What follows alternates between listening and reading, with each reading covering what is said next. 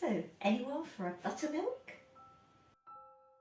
You're looking to have some retro fun in your wardrobe and in your life at this time of year. There couldn't be a more inspiring and wonderful film than White Christmas.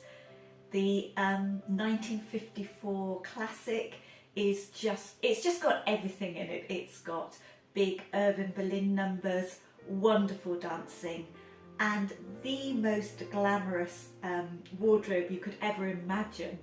And it was all designed by Edith Head, and she has to be my ultimate style guru. She was a Hollywood designer, and the costumes in this film are just wonderful. In fact, the whole film is so brilliant, and it really is like taking a warm bath of nostalgia, glamour and fun.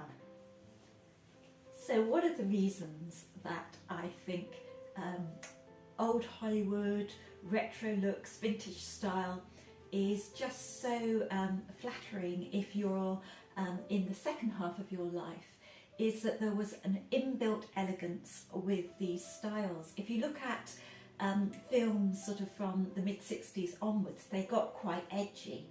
But before that, I think all the costumes, they had a romance about them and glamour, but they also had that perfect balance between conceal and reveal, which just means that they have that natural elegance in the lines and in the flows of the costume.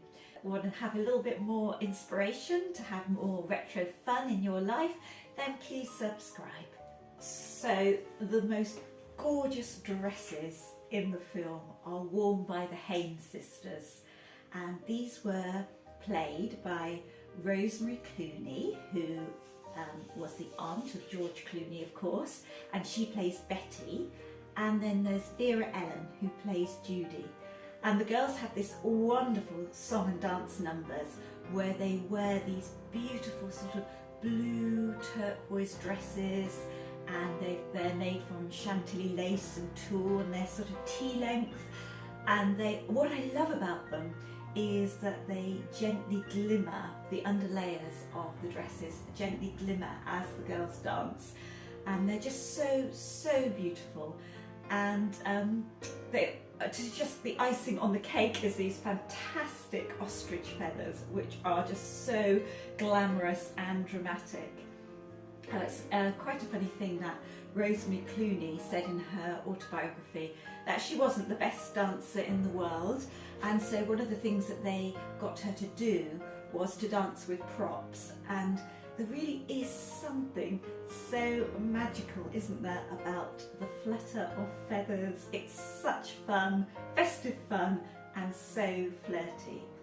So any sort of satin-lined dress would give this, tea-length dress would give this sort of mid-century feel, and those mid-century colours of blue or green turquoise, maybe a little bit of teal, and something with just that little bit of shimmer underneath. So just wonderful, brilliant retro fun. Another dress that I absolutely love is the one that Judy wears when she's dancing with Danny Kaye, and they are just swirling around. And the actress Vera Ellen, she was just a wonderful dancer, and he's twirling her around, and this chiffon dress, the way it moves, the way it just like swings around her, it's absolutely fantastic. I don't have a chiffon dress, but to get that sort of feeling of a swishy 1950s feel, any sort of circular skirt with a big petticoat underneath really works well. And you know, there's nothing as romantic as having a skirt that really swishes around you as you move.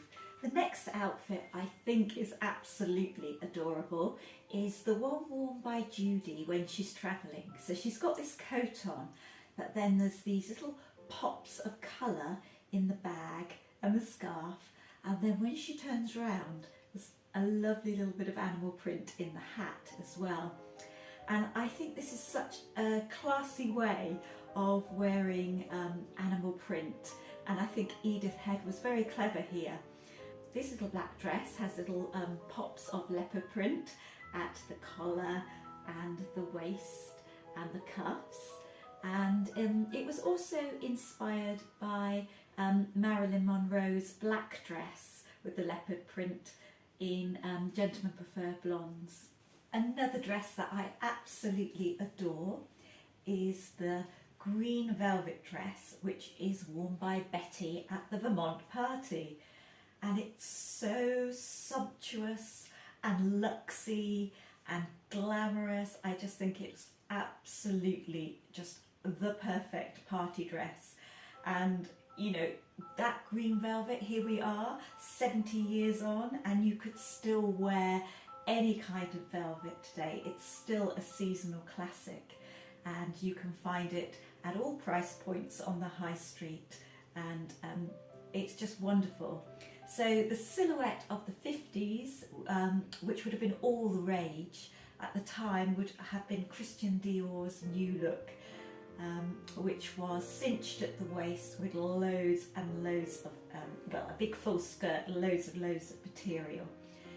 So there she is, Betty at the Vermont party, looking, you know, just a little sad, isn't she? Everybody else is drinking and dancing. Betty's having a cup of tea and a little think. So love may not be doing right by Betty, but this long black mermaid dress certainly is. Doesn't she absolutely look divine? And look at those gloves, aren't they just fantastic? So Edith Head made the sparkly glove a thing way before Michael Jackson did. Ever since I was a little girl, I was always fascinated in old Hollywood movies when that woman came out in her long black mermaid dress to the floor. She was always a cabaret singer, a nightclub singer, or a dancer. She used to come out and be so sultry, and she would sing like Betty does, you know, love doesn't do right by me. And yeah, she would be really sultry and mysterious. And I just always wanted to have a long black dress, a long mermaid dress. So it's another old Hollywood classic. You see it in so many films, and this glamorous femme fatale. The film culminates in this amazing finale. And of course, for every great finale, you need a show-stopping costume. And Edith Head really excels in the costumes for this final show that the cast do. And they come on in what are essentially Santa outfits, and they're really wonderful. They've got white faux fur, they've got red velvet, red silk chamoose, and loads of glitter, and it just looks wonderful. They make a beautiful tableau on the stage all together.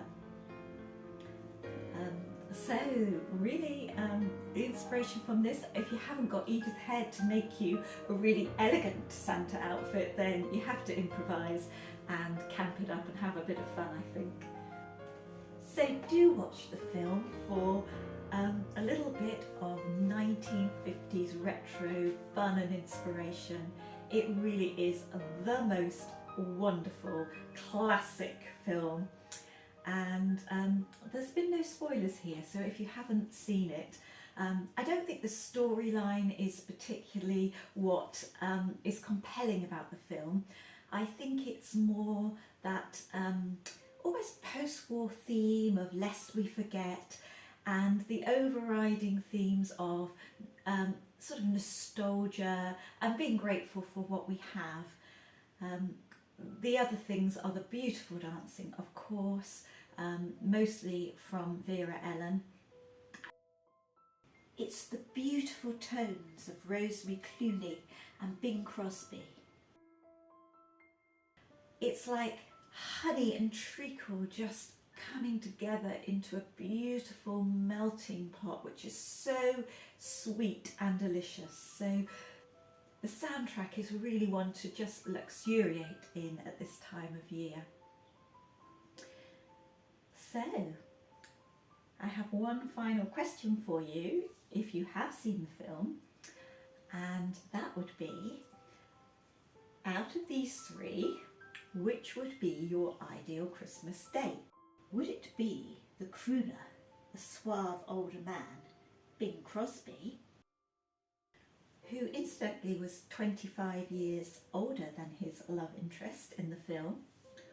Or would it be the guy who, no matter what the situation, just makes you laugh and laugh, which would be Daddy K? Or would it be the mysterious man with the moves, George Akiris? He takes quite a few leading roles with the ladies in the dance scenes. And can you imagine, in the 1950s, people would be going, oh my goodness, who is that gorgeous guy dancing? Sadly, he didn't get credited in the film for his dancing, which is quite shocking, really.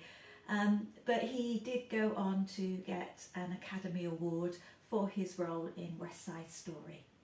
Come on, whisper in my ear. Who's it gonna be?